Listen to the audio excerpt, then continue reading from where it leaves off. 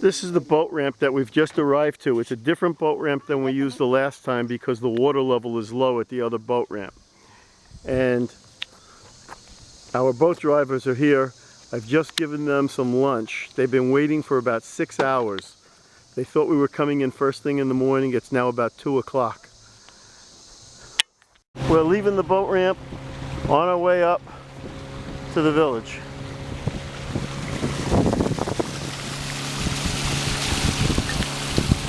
The boat is made by hand here at the village, and it's powered by a 30 horsepower Suzuki engine. That's one of the few modern things that they have. You land on the beach, and then we walk up to the welcome area. Okay, I'm on my way up the hill.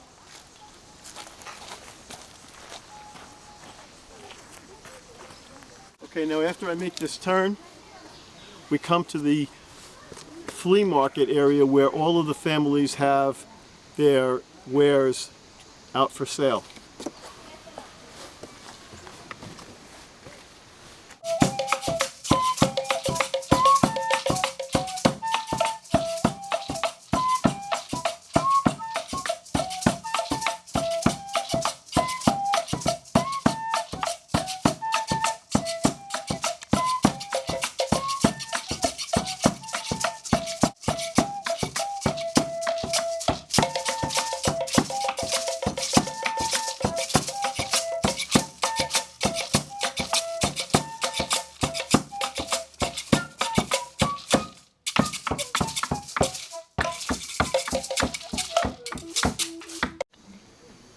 Each family has one table, and the tourists come in, they pick out whichever one they want, and whatever is sold off that table is given to the owner or the family of that table.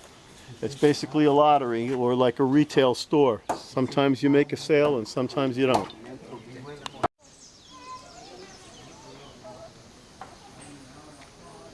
Okay, we've just left the market. I'm in the square, the main square, where they have basketball courts and they play a lot of soccer.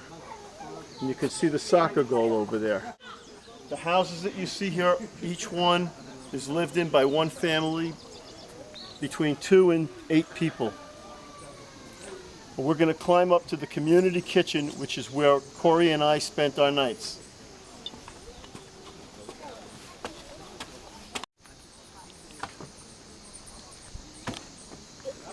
This is the community center and community kitchen.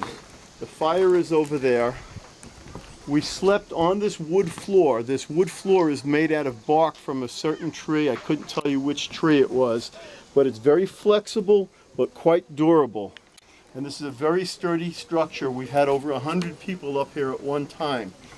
The bench is the most furniture you'll see up here. Okay, at this time, they happen to be building a new house. The houses last between 7 and 11 years. And there's a new house going up over here. And you can see that it's quite rustic. There are 4x4s and posts from trees that hold the basic structure. All of this is made with hand tools. This house is going to be ready in about 1 more month. The leaves are from palm trees and they comprise the roof.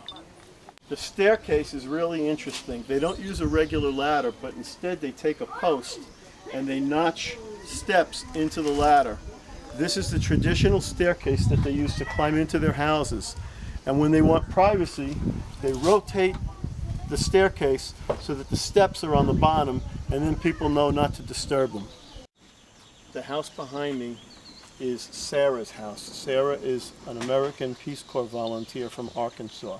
She lives in this house and she's built a chicken coop, hoping that the other villagers will copy her and build a coop because mostly the chickens just run around the village and the people don't get the ability to collect the eggs because you never know where the eggs are laid. If they put them in a coop, they'd be able to have fresh eggs without buying them at the store.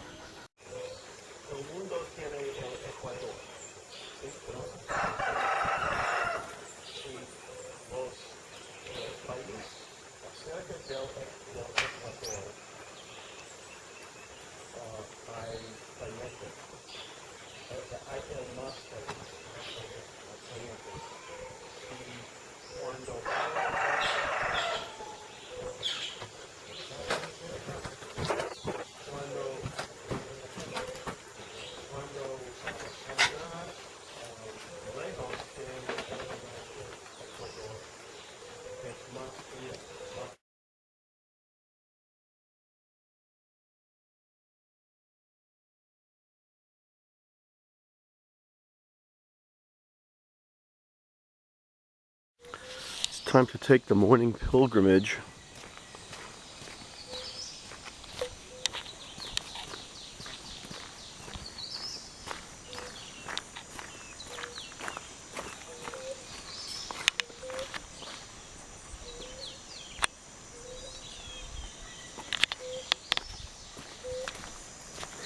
This is a two-seater.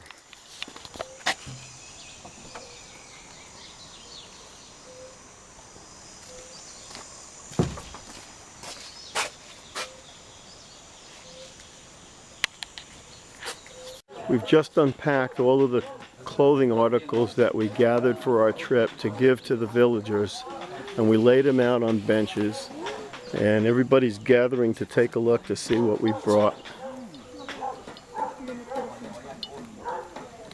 There's quite a bit of stuff. I'm surprised that we got this into 2 boxes and a duffel bag. We've got things in all shapes, sizes, and colors.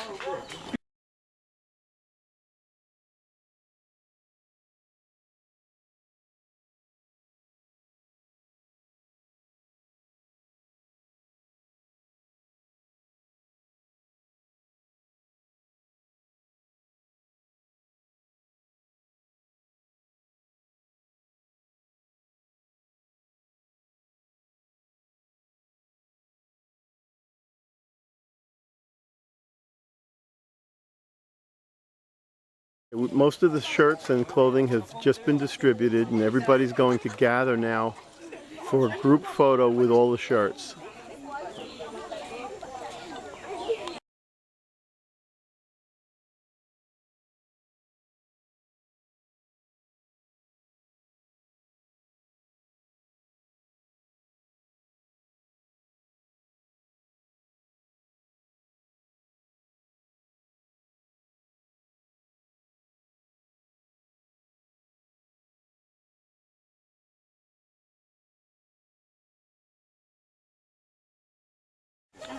Okay, now they're taking off their shirts so that we can see what they look like before we gave them everything.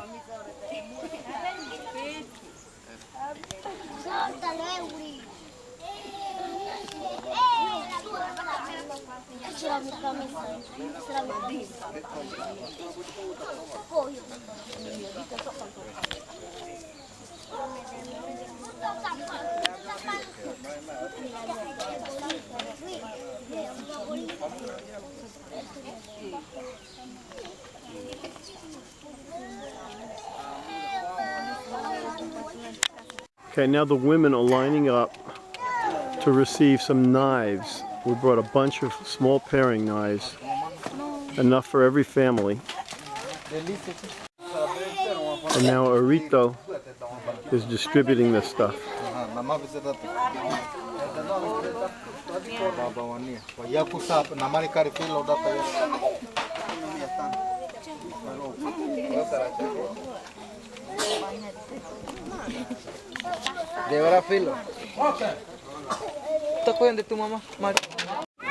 The women have all lined up and they've received a bunch of different things like toothbrushes, spoons, some night lights.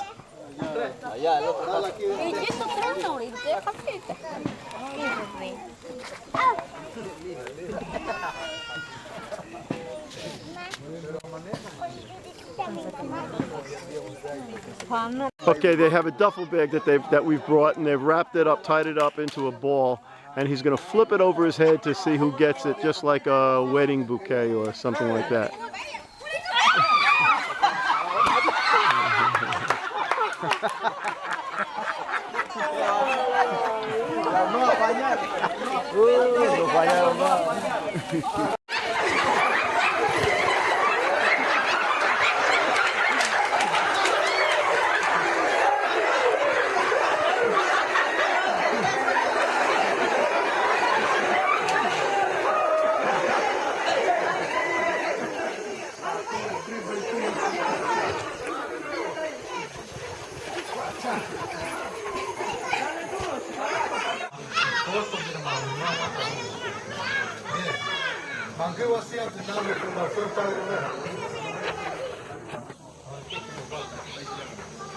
This is the schoolhouse at the top of the hill. There's about 12 or 15 kids in there from roughly first to third grade with one school teacher.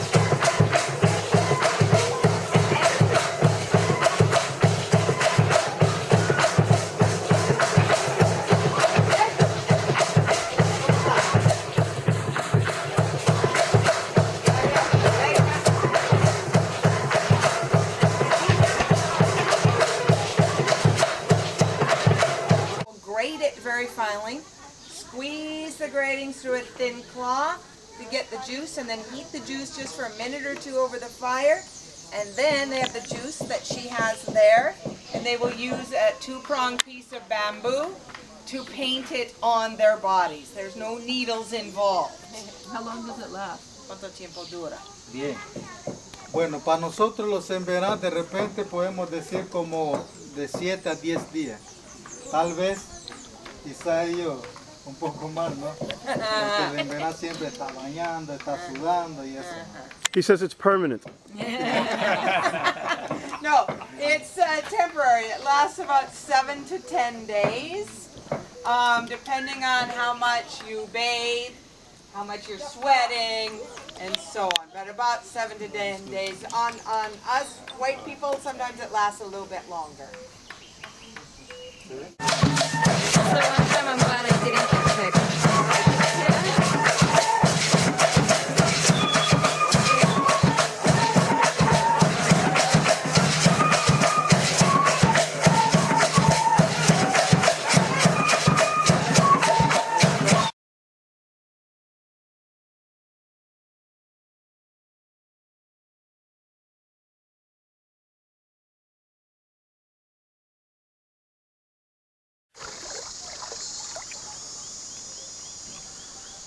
This is the bathing facility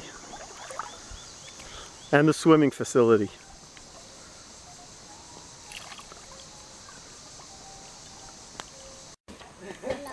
This is Corey getting her arm tattooed.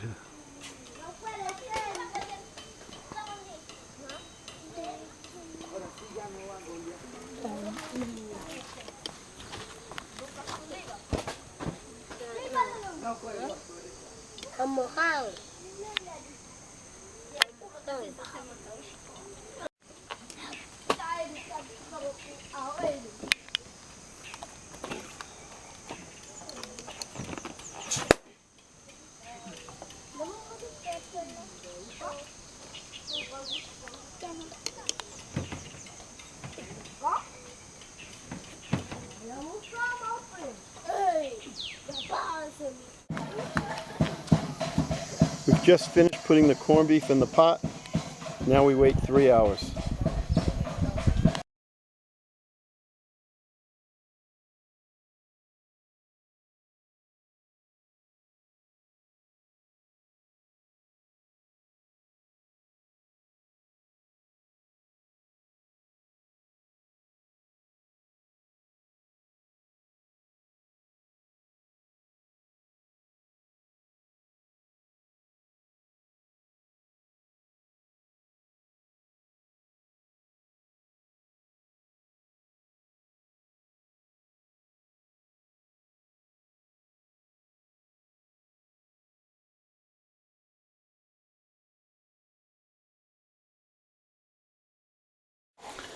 This is the view from our hut. This is the second morning that we're here. Corey's still in bed.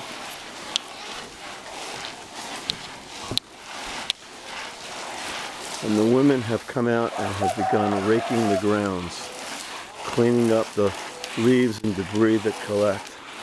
It rained most of the night, so there's quite a bit of stuff to do.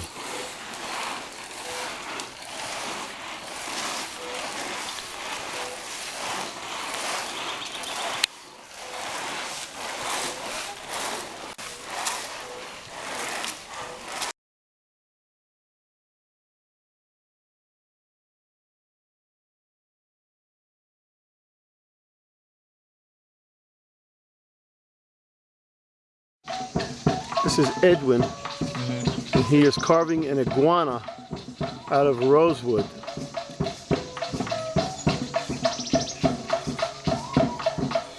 Edwin, cuando finito, ¿qué cuesta esta iguana? Como 120,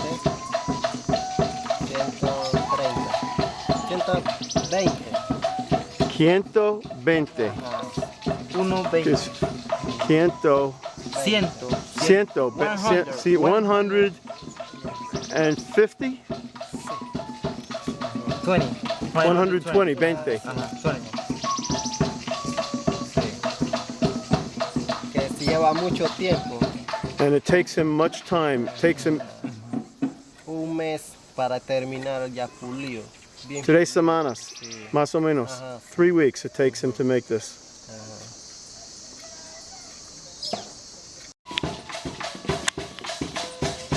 Edwin is carving this on his front porch.